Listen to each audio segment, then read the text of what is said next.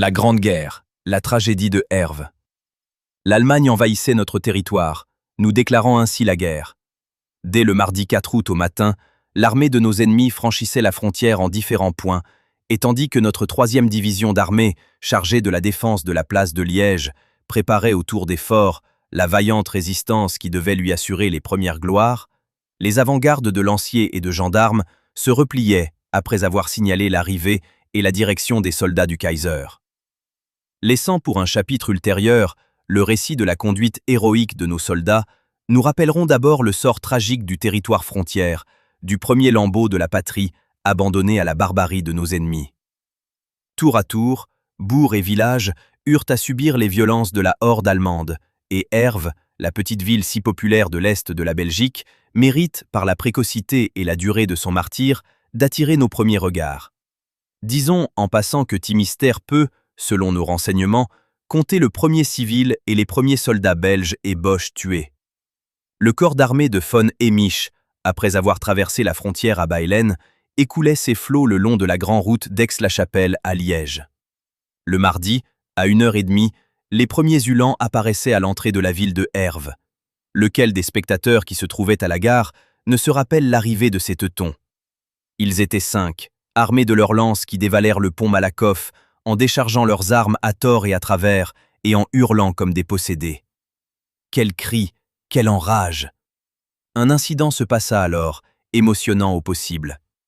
Nos lanciers, qui se repliaient en bon ordre, descendaient au galop le Malakoff, suivis par des boches hurleurs. Lorsqu'arrivés devant la station, ils se trompèrent de chemin et descendirent la rue de l'Égalité. Ils furent avertis de leur erreur, heureusement que les boches ne le virent pas, car que serait-il à leur arrivée? Firent rapidement demi-tour, pendant que les boches, emportés par leur élan, devaient retenir leur monture pour choisir le bon chemin, quand les nôtres étaient loin. Ensuite vint une première auto. En passant pont Malakoff, les officiers qui l'occupaient abattirent sans motif, d'un coup de revolver, un jeune homme de 26 ans, Dieudonné Deschênes. Il n'avait pas voulu indiquer le chemin. Ce fut le premier meurtre à Herve. Bientôt, l'armée s'avança. Elle défila durant 2 heures, bien équipée, bien fournie en munitions et en ravitaillement. Ses cuisines de campagne, son harnachement complet, étonnaient la population et lui prouvaient que le Kaiser tenait prête depuis longtemps déjà ses hordes pour les lancer contre nous. Causant avec des habitants, un officier du 165e dit « Nous venons de Magdebourg. Après 2 jours et 2 nuits de voyage, nous sommes arrivés hier soir à Lontzen, à 2 kilomètres de l'autre côté de la frontière. » Il s'ensuit que 36 heures avant l'envoi de l'ultimatum à la Belgique, l'Allemagne dirigeait ses armées sur la frontière belge. La population, effrayée, offrit des rafraîchissements et tout ce que les soldats désiraient. Ce régiment 165e, qui fut dans la suite un des plus cruels, logea à Herve. D'autres continuaient leur marche vers les forts de Liège.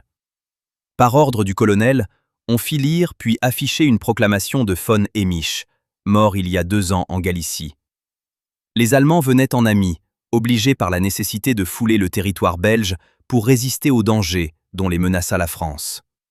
La Belgique serait indemnisée des frais que lui occasionnerait le passage. On paierait tout en or. Applaudissements des badauds. Mais si elle refusait de traiter amicalement les envahisseurs, ceux-ci seraient entraînés à des représailles sanglantes. Les badauds s'éclipsent. Les troupes s'éparpillent en ville, après que le commandant eut fait placer le drapeau allemand sur la gare et pris possession des bâtiments administratifs. Le garde champêtre, portant son uniforme, fut molesté et menacé, car les teutons croyaient voir un Français.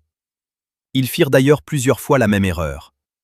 Un officier vint à la papeterie Chandelle exiger, revolver au poing, 200 kg de viande et 60 kg de riz. On l'envoya à l'abattoir, et il exigea l'arme dangereuse en position de tir, que son conducteur accepta 15 PF de pourboire. Cependant, les soldats étaient bien soignés dans les maisons et causaient familièrement, annonçant la prise prochaine de Paris, la fin de la guerre dans quelques semaines, etc., etc. Le major Bayer, accompagné de 2 officiers et de quelques soldats, était descendu chez un des vicaires. Il se montra courtois, regrettant la guerre, se plaignant de son état de santé. Il exprimait ses appréhensions sur le sort réservé à la Belgique. Entre 8 et 9 heures du soir, le colonel le fait mander à l'hôtel de ville. Le major demande au prêtre de l'y accompagner. Là, il trouve le bourgmestre, M. Iserantin, entouré par des soldats et l'un ou l'autre notable. Le colonel paraît, et prenant des airs furibonds, il leur adresse en allemand une violente mercuriale. Le major la traduit en français. Depuis notre entrée dans ce pays, on tire sur nos troupes. On l'a encore fait au coin de Herve. Les lois de la guerre autorisent des représailles, incendies, fusillades. Vous resterez nos prisonniers. Le bourgmestre s'étonne et proteste contre des accusations imprécises qu'il sait sans fondement.